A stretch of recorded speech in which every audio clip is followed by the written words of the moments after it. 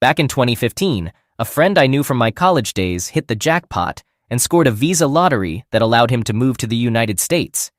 That lit a fire under me to start trying for a lottery visa so my wife and I could make the move too. We were both in our mid-20s and we'd always fantasized about finding better opportunities in the US. While I held on to hope that luck might be on my side, my wife was pretty skeptical.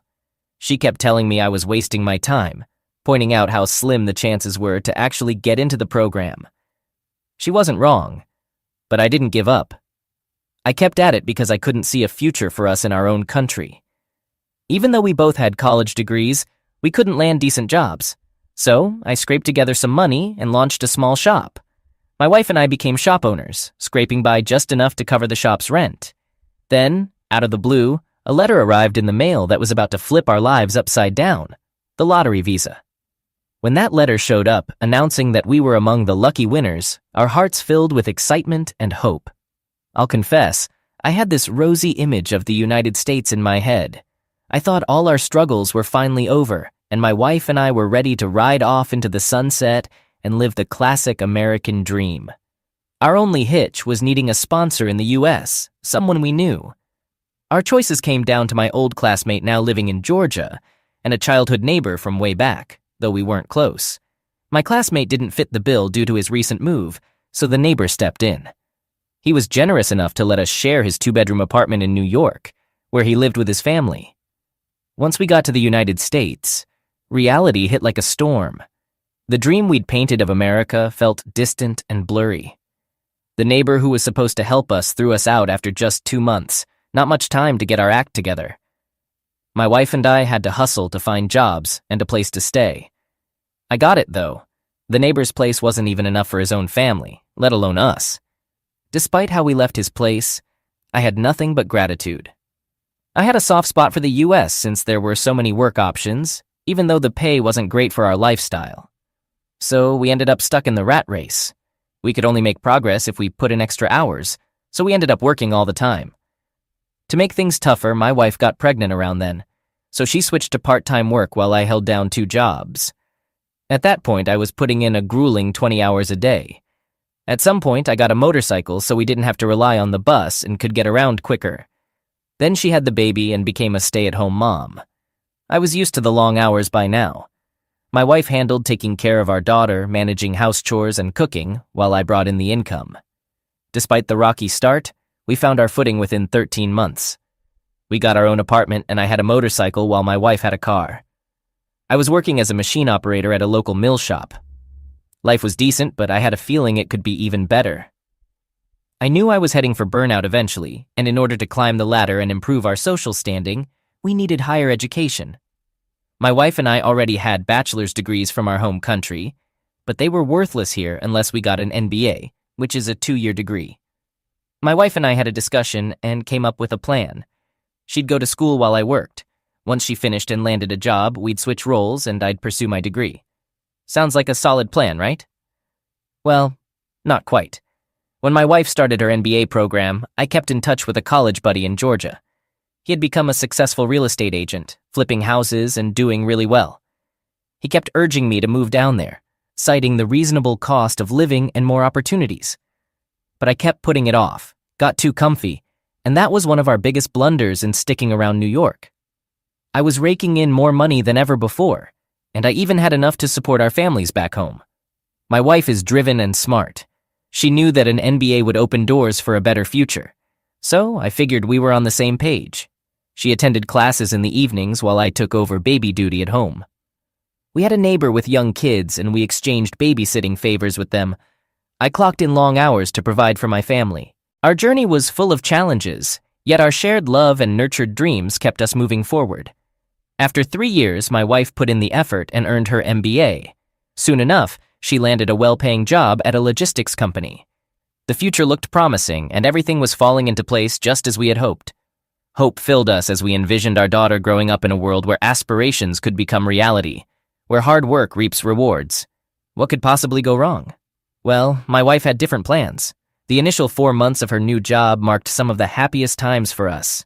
I left my job to be a stay-at-home dad and quickly complete my MBA program. It seemed like everything was unfolding according to plan. Her work hours were only 9 a day, and the rest of the time was family time. Then she brought up the idea of having another baby.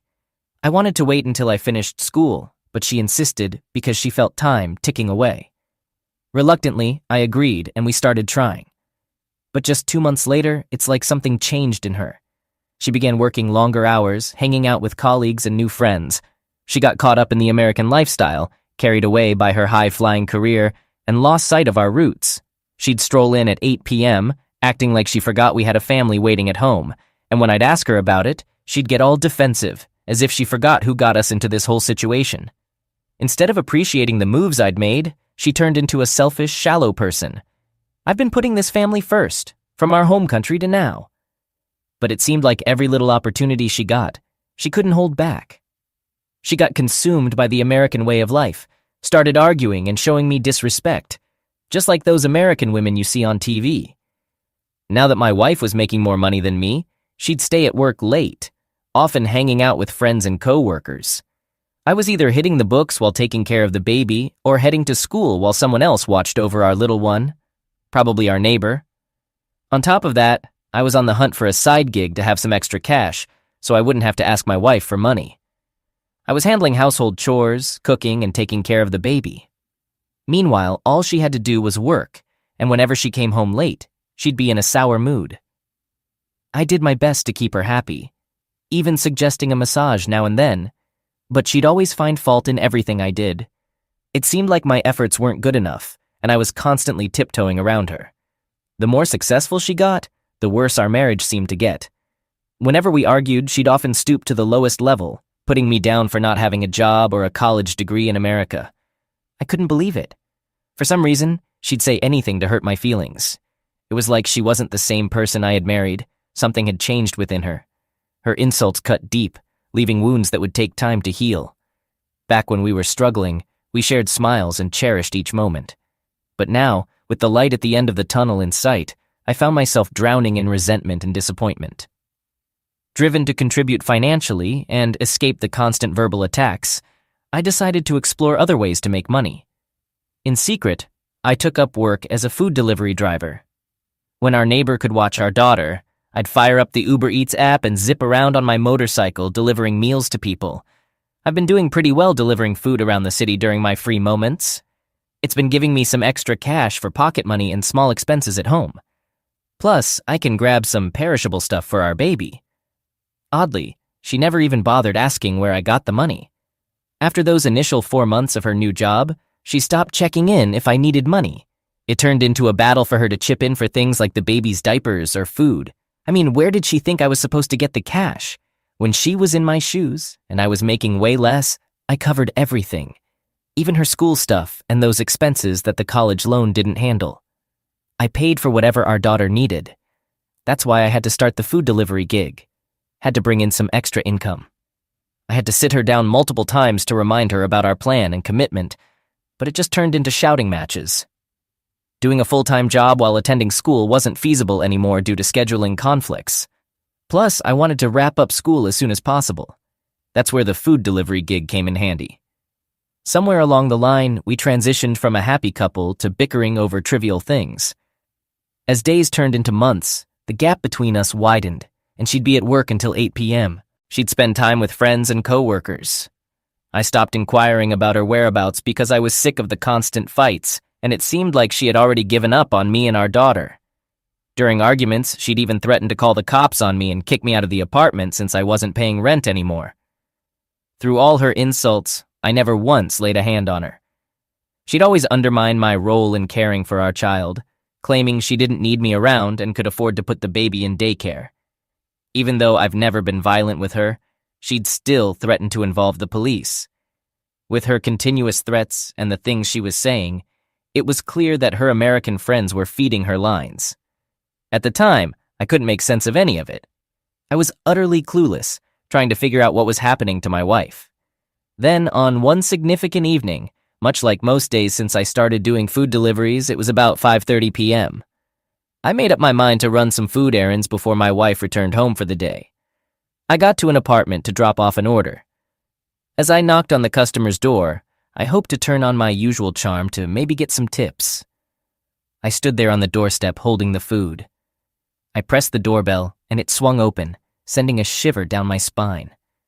And there was my wife, standing right there, wrapped in a white towel like she'd just stepped out of the shower. A mix of shock and disbelief surged through me as I struggled to make sense of what I was seeing. She was as stunned as I was, just standing there without a word. I was all confused, about to ask her why she was there and whose place it was. But then, she panicked and slammed the door shut in my face. I still had the food in my hands, so I chucked it aside. Fueled by a rush of emotions, I kicked the door open to go after her.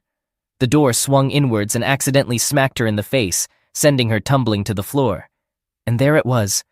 The towel she had loosely wrapped around herself unveiled that she was wearing nothing underneath. The impact left a big bruise on her forehead, swelling up like a golf ball in no time. She yelled for the owner of the house, who turned out to be her affair partner. He quickly appeared, looking baffled. He was just wearing shorts and no shirt. My wife jumped up in fear and ran behind him, scared of what I might do next. The guy was trying to shove me out of his apartment, but I was trying to explain that she's my wife, and we've got a baby together. He completely brushed off what I was saying and kept on pushing me, so things escalated into a fight.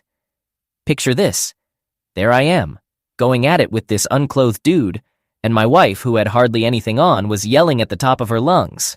I must have caused quite a scene because someone decided to call the cops. Next thing I know, I'm in handcuffs, cooling off in the back of a police car. That's when it hit me. My life was pretty much over, and I was looking at being sent packing back to my home country. They had me sitting behind the police car, and meanwhile, they were talking to my wife and her lover, who were both visibly rattled, to get their side of the story. After my wife split, one of the cops came over to me to hear my version. I was in tears, pouring out everything I'd been through. Surprisingly, this cop showed me some empathy. He asked if I had a place to crash or any close friends or family around. I mentioned my sponsor, and he suggested I head there instead of going back home. He laid it out straight. Going back to my wife and daughter in the state I was in would probably end up with me charged for assault and shipped back home. He was brutally honest, telling me he's seen this kind of thing 1,000 times before. And from what my wife told him, she seemed like she was pretty much done with me and looking to press charges. How could she hold such intense hatred for me? Where did I mess up so badly? He advised me to get a lawyer and cut off all contact with my wife. He also shared the address of a shelter in case I needed it. Then he helped me out of the police car, took off the handcuffs, and drove away. As the police car disappeared, I found myself repeatedly touching the marks the handcuffs had left on my wrist. It was a stark reminder of how close I came to losing it all because of my feelings for a woman. That moment hit me deeply, making me realize that the only person who seemed to care whether I lived or died was the police officer who had just driven off. It was a harsh reminder of how alone I felt in this new country. With a heavy heart, I dialed up my friend in Georgia. He lived on his own in an apartment. He suggested I take a bus from New York and come stay with him in Georgia. I reminded him about my daughter, and he became the second person to caution me that in my current situation, if I stayed, my daughter might end up losing both her parents. He hit the nail on the head. In that shocking moment, reality stared me straight in the eyes. My wife was out to wreck my life. Anger and heartbreak duked it out inside me for supremacy. The weight of her betrayal crushed my spirit, leaving me grappling with an overwhelming sense of loss. Despite the police's advice, I had this urge to go back home, grab my stuff, and vanish into thin air. I just couldn't stomach being under the same roof as my wife any longer. The harsh truth of my situation pushed me to confront the boundaries of my choices. When I got back home, my wife had already fetched our daughter from the neighbor's place. She was all geared up for a confrontation, applying an ice pack directly to her forehead. The moment I stepped in, she went on the attack, accusing me of deserting our daughter, even though it was common for us to leave her with the neighbor. I was onto her tactics. She aimed to rile me up. But I wasn't falling into her trap. Looking back, it's clear she didn't have a grasp on her actions. I took the gray rock approach, treating her like an inconspicuous speck on the wall, and this seemed to get under her skin. Upon arriving home, I made a beeline for the bedroom to gather my things. She'd occasionally sneak a peek through the partially open door, attempting to catch a glimpse of my activities. She didn't even fathom the notion that I was about to depart. The idea of me walking away from it all was beyond her imagination. With a heavy heart, teary eyes, and a congested nose, I entered the bedroom and began packing. After stowing away the essentials, I went to bid my daughter farewell while my wife observed. The weight of shame and emotional fatigue prevented me from meeting her gaze, dragging my luggage toward the exit. It hit her then, as I hauled my belongings out, that I was truly leaving. That's when the apologies started flowing. But it was too little, too late. I didn't turn back. Sadly, that marked the last time I saw my daughter for almost 2 years. I loaded up all my possessions onto my bike and rode south until I found the most budget-friendly hotel to rest my head. I wasn't about to ditch my bike at a discounted rate just to hop on a bus bound for Georgia. So I chose to saddle up and ride my bike all the way from New York to Georgia. The journey was a mix of physical movement and a deep sense of liberation. The stifling air of New York was replaced with the refreshing breeze of freedom when I finally arrived at my friend's place. He had a comfortable setup, and his warm welcome lifted my spirits. He happily offered me his couch as a place to crash for as long as I needed. My phone soon started buzzing with messages from my wife. She left voicemails, questioning my whereabouts, expressing apologies, and urging me to return. To set the record straight, I texted her that I had no intention of ever seeing her again in my life. After 3 months of silence from my end, she turned to my family back home, attempting to use them as intermediaries to persuade me to come back to New York. She spun a tale of me abandoning my daughter. When that strategy fell flat, she gave up on reaching out. Meanwhile, my friend was making moves in real estate, and he roped me in. I got licensed and jumped into wholesaling and flipping houses. 2 months after I left the hustle of New York behind, I sealed the deal on my inaugural property and hit the ground running in the real estate game. A year down the line, I found myself captivated by another realtor, and our connection blossomed. As things progressed, we reached a juncture where the natural next step beckoned. Yet, I made it clear that I had no intention of stepping into the marriage arena again. She understood my history, and our compatibility smoothed the way for mutual understanding. Not to toot my own horn, but real estate had become a goldmine for me. Flipping houses had my bank account ringing, raking in 5 times what an MBA degree might have yielded. Christmas came around, and I whisked my girlfriend away to New York for a getaway. The plan was to spend time with my daughter and officially kickstart the divorce proceedings with my estranged wife. Upon arriving in New York, I took the bold step of reaching out to my estranged wife, breaking over a year of silence. Hearing from me was a shock for her, and her eagerness to meet was palpable. I paid a visit to her, my soon-to-be ex-wife, keeping the surprise of my serious girlfriend under wraps. The highlight, of course, was reuniting with my daughter, the both of them still occupying the same apartment. Regrettably, my soon-to-be ex-wife assumed I was returning to reconcile, but I remained unfazed by her tears as it dawned on her that I had come to end our marriage. I couldn't forget that not too long ago, she aimed to have me in cuffs and sent away after I caught her in her affair. Clarifying my purpose, I explained that my trip to New York was centered on seeing my daughter and finalizing our divorce. Keeping quiet about my girlfriend was a deliberate choice, as I didn't want any complications affecting the custody arrangements for my daughter. At present, I intend to relish my time in New York with my daughter before journeying back to Georgia alongside my girlfriend. My aspiration is that once the divorce is legally settled, my daughter will find her way to Georgia more frequently for visits. Just last week, I found out that my 24-year-old fiancée cheated on me with her boss. The guy is maybe in his mid-40s, I guess. He's married and has 3 kids, by the way. This all went down last November during a work trip when they were out of town. They got together 3 times, if you can believe it. How do I have this info? Well, her boss's wife actually messaged me on Facebook and spilled the beans. She even showed me messages and emails they exchanged, talking in detail about how they cheated on both of us and managed to pull it off. They even laughed about it. But then in the same messages, she'd tell him she loves me and that they need to keep this secret. The boss's wife, who I've met and seemed nice at company events, understandably went ballistic and heartbroken. She's getting ready to serve him with divorce papers tomorrow. She's also planning to send a polite email to their HR department. So here I am, sitting on my phone typing this, while my fiancée is on the other side of the room, sitting on the couch, using her computer to plan a honeymoon for a wedding that's not going to happen. She has zero clue that her world is going to shatter tomorrow. I can't say I've got any sympathy left in me since my own situation fell apart just last week.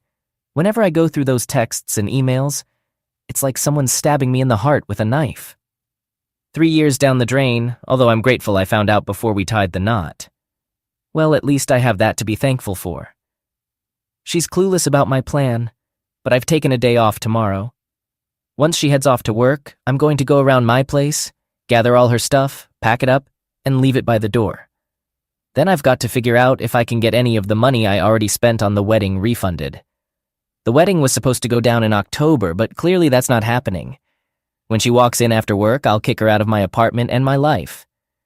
I considered posting those screenshots on her Facebook, but my sister talked me out of it. I also thought about giving her parents a call. I feel bad for them because they're really good folks, and I'll miss her family. They've treated me like one of their own, and I'm not sure how they'll react. But I've made up my mind that she can explain herself to them. I don't want to hear her excuses or lies at this point. All I want is for her to get out of my life so I can figure out what the heck I'm going to do next. Update 1. Holy smokes. I can't wrap my head around the response this has stirred up. The bomb has definitely been detonated. Around 8-ish, my phone went bonkers with her calls, each one followed by a voicemail. I figured out right off the bat what was going down. I dialed up my sister right away to spill the beans to her. She told me to stay strong and offered to come over and keep me company if I wanted. So that's exactly what she's doing. Then I had this seriously tough convo on the phone with my ex's mom. It's crazy, I'm actually dealing with an ex now. It was tough, because this lady hasn't done a darn thing to deserve the hurt I could hear in her voice. Her whole family, from the get-go, treated me like gold. I tried to calmly lay out the situation to her mom and let her know that I just can't find it in me to forgive this mess, and I'll be asking my ex to hit the road. Despite being pretty upset, her mom seemed to get why I feel this way. She even suggested swinging by my place to help my ex gather her stuff. Not a bad idea, I guess. Next, I shot off some texts to a couple of my closest buds to fill them in on what's going on. Man, my phone's been blowing up with messages from them ever since, but I've let them know I'll catch up with them as soon as I can. Right now, though, I'm straight up drowning in all this. I checked out one voicemail from my ex, and it played out just as I figured. Her crying and begging me to call her because we seriously need to talk. I rang her up, no answer, so I started shooting her texts. As soon as I did, she rang me back in a flash. She went into this whole apology routine. "Why did I have to go and call her mom?" she asked. "Why did I bring other people into this mess? I totally lost my cool." I straight up asked her how she thinks I'm feeling, having to go get checked for STDs because my own fiancé went and cheated on me. Can you even imagine how embarrassing that is? At least she didn't try to deny what she did. I told her she needs to swing by this afternoon to pick up her stuff from my place and that we're officially done. She said we'll have a more in-depth talk later, but I shut her down real quick and told her there's not much left to talk about, is there? I also questioned her about how she and this dude could badmouth me and his own wife. Like, they had a laugh about how she gained weight after having 3 kids. It's just heartless, especially since that poor woman didn't deserve any of this. I sure didn't deserve it either. I also brought up the fact that she shouldn't even think about using the excuse of feeling pressured because the guy is her boss. Her texts make it pretty darn clear that she was more than willing to go along with all of this. I reckon she's got a meeting with HR at her job today, and the whole office is buzzing about their little escapade. I can't find an ounce of sympathy for either of them at this point. I'm already emotionally wiped out, and it's not even 10 a.m. where I am. So, once she wraps up her HR chat, I guess she's headed over here to pick up her stuff. I'm hoping it all goes down with minimal drama. My sis should be here, and I'm crossing my fingers that her mom tags along. The landlord says she'll be around too, and she's sorting out changing the locks for me. Hopefully that'll happen either this afternoon or tomorrow. I know this might seem like a rambling post, but I was trying to remember a bunch of things I said, and my mind's racing like crazy right now. Update 2. Well, she's out of here. She did come over with her mom and her best friend, and my sister was also present. No shouting, no arguing. She asked if we could talk alone, but I told her that wouldn't be wise. Has she said everything she needed to say in those text messages with her boyfriend? Predictably, the waterworks started flowing, and her mom assured me they'd make this as swift as possible. So she and her friend went and grabbed some of her stuff, enough for a day or two. While she was away, her mom apologized to me and mentioned that she didn't raise her daughter to behave this way. She inquired if the guy is truly married, and I confirmed, yeah, he's married. Her mom appears to be quite devastated by this whole mess. As they were getting ready to leave, I questioned, "And what about my ring? Doesn't seem like it means much to you?" Her friend seemed like she wanted to say something, but a glance or a signal made her promptly close her mouth. I wouldn't bet a dime in Vegas that her friend wasn't in the know about this all along. She acted like she wasn't going to hand over the ring, and her mom snapped, "Give him the damn ring!" So her friend reluctantly passed the ring to her mom, and her mom handed it to me, once again expressing her apologies. I just let it fall on my coffee table. I don't even want to look at the thing. I suppose she's going to return for the rest, the first batch, tomorrow with her dad. My sister mentioned she'd love to pull the girl's hair out by the roots. Her words, not mine. But right now, I'm so utterly defeated by all of this that all I want to do is lie down and catch some sleep. My wife, a 46-year-old woman, had strong connections with the women in our neighborhood. She had a knack for socializing and was always out and about. Whenever she mentioned having a meeting or some social event to attend, I took her word for it without question. Over a span of 8 years, she orchestrated numerous gatherings, becoming the town's most reliable source of gossip, all while nurturing more than 40 friendships. Among her close companions was a woman named Virginia. Virginia, like my wife, was married and had 2 young children. I suspect that my wife envied the lifestyle Virginia enjoyed. They were well-to-do, and even though we managed to pay our bills, Virginia's family seemed to revel in a bit more luxury. On a fateful day, a different friend of my wife, Samantha, called me up. She expressed concern because she hadn't seen my wife around lately. This was deeply unsettling, for as far back as I could remember, my wife had been going out with her friends at least twice a week. However, she never shared any specifics with me. I inquired with Samantha if my wife had been attending the usual gatherings that she anticipated her to be present at. Samantha confirmed this, but she also added that she wasn't the only one noticing my wife's absence. She might have been the first to call me about it, though. According to her, my wife seemed to have disappeared off the radar for them. She was in the midst of organizing a charity 5K event to raise funds for families in need in our area when she suddenly went silent. Apparently, she had mentioned to one of the girls that she needed some space. But it had been approximately 2 months since anyone had seen her in person, which left them genuinely worried. I hung up with Samantha just moments before my wife walked into the room. She was dressed elegantly, sporting dangling earrings and a form-fitting dress. Her curls bounced with each step, and her heels echoed as she informed me that she was heading out for a grand dinner with friends, celebrating Samantha's birthday. The same Samantha who had just called me, expressing her worry for my wife's safety. I sensed something was terribly amiss. My thoughts raced and my heart thudded in my chest. I couldn't allow her to just walk away. I gently took her hand and planted a kiss on it. I told her I'd drive her to the dinner because I wanted more time to appreciate her. She grew incredibly anxious, trying to persuade me that it wasn't necessary. I, however, insisted repeatedly, perhaps more than I should have, making the situation awkward. As we got into the car, she gave me directions to the dinner. She mentioned that it was being hosted by Virginia, the same close friend I'd heard of before, the one who was also married. That information triggered a memory, a recent Facebook post by Virginia, discussing her upcoming week-long trip. What stood out was my wife's comment, wishing her a safe journey. All this transpired just 3 days ago. My heart raced, my palms grew sweaty, and my grip tightened on the steering wheel. I was clueless about how to navigate the impending situation. My wife's voice cut through, questioning my insistence on driving her when I'd need to rush back home to catch the kickoff. I could see right through her game. She intended to create a scenario where I wouldn't have time to accompany her to the door or delve deeper into her deceit. I bantered with her, suggesting that I didn't need to catch it since one of the players would. She appeared uneasy, hesitating before admitting that she felt bad I couldn't join since it was a women-only dinner. My anger swelled. Her words sounded far too suspicious. I pulled the car to a stop, and my wife's expression turned to horror as I shut off the engine and unbuckled my seatbelt. She leaned in for a kiss and casually mentioned me picking her up at 9. I agreed, but to her surprise, I stepped out of the car and walked beside her. She halted, giving me a puzzled look. I shared that I wanted to be the gentleman and walk her to the door. She insisted I didn't need to, telling me to just go back home.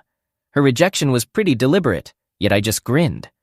I strolled up to the front door with her, and her nerves were palpable. When I knocked firmly, she froze in place, her mouth agape. I glanced at her, struggling not to burst into laughter or point out how strangely she was acting. AP swung the door open, clad in a plush robe marked with his initials. At first, he appeared somewhat pleased, but that quickly gave way to evident nervousness. Speaking in a clear voice, I greeted him and stepped inside, explaining that I was escorting my wife to the women's-only dinner, hosted by Virginia. Curiously, I inquired about the absence of all the women, yet neither of them budged. I playfully ribbed my wife for her declaration of arriving late when, in reality, she was early. As they remained rooted there, jaws hanging open, I drew their attention to the dinner table set for two, complete with filled wine glasses, and put on a perplexed expression. AP's face started to turn a shade of purple, yet he remained tight-lipped. In a feeble voice, my wife mentioned that the girls were running late. I responded with a loud, "Is that so?" and inquired about Virginia's whereabouts. A silence hung for a moment before my wife suggested that Virginia might have dashed to the store for something. She attempted to involve AP in her cover-up, but he was visibly annoyed. He straightforwardly said that playing games was futile, and I saw through their deception. He declared they were caught and the charade was over. At this point, my wife's composure wavered, showing signs of distress. AP didn't mince words. He ordered us out of his house, almost pushing us through the front door. Just before he closed it, I dropped a hint that it wouldn't bode well if someone were to tell his wife about the situation. He froze, locked eyes with me, and questioned my intentions. I made it clear that I wanted him to provide me with any evidence of his affair with my wife, so the divorce proceedings would lean in my favor. Seeing his hesitation, I reminded him that 2 marriages didn't need to be ruined, but I warned him that I wouldn't hold back if he didn't assist me. He reluctantly agreed to provide evidence. When my wife heard his admission, she lost her composure, letting out a scream, snatching the keys from my hand and driving off in a hurry. I managed to catch a ride back home and discovered that she had packed some of her belongings and taken her car. Soon enough, I received the proof from AP, a collection of messages and images that left no room for doubt. My lingering questions were all answered. They had undoubtedly been intimately involved numerous times. I had initially intended to hold off on revealing everything to Virginia until after the divorce was finalized, but patience was a virtue I couldn't uphold. It didn't take much longer for Virginia to commence her retaliation against my wife. With knowledge of her mother's location and the ongoing divorce proceedings, it was a safe bet that my wife would be staying there. Rumors spread that Virginia was behind the act of slashing my wife's car tires and etching an unkind word onto the hood. AP and my wife parted ways through divorce, and my ex-wife was ostracized from the circle of women in the community. Now, she's left with no money, no friends, no husband, and absolutely nothing to show for her 46 years of life.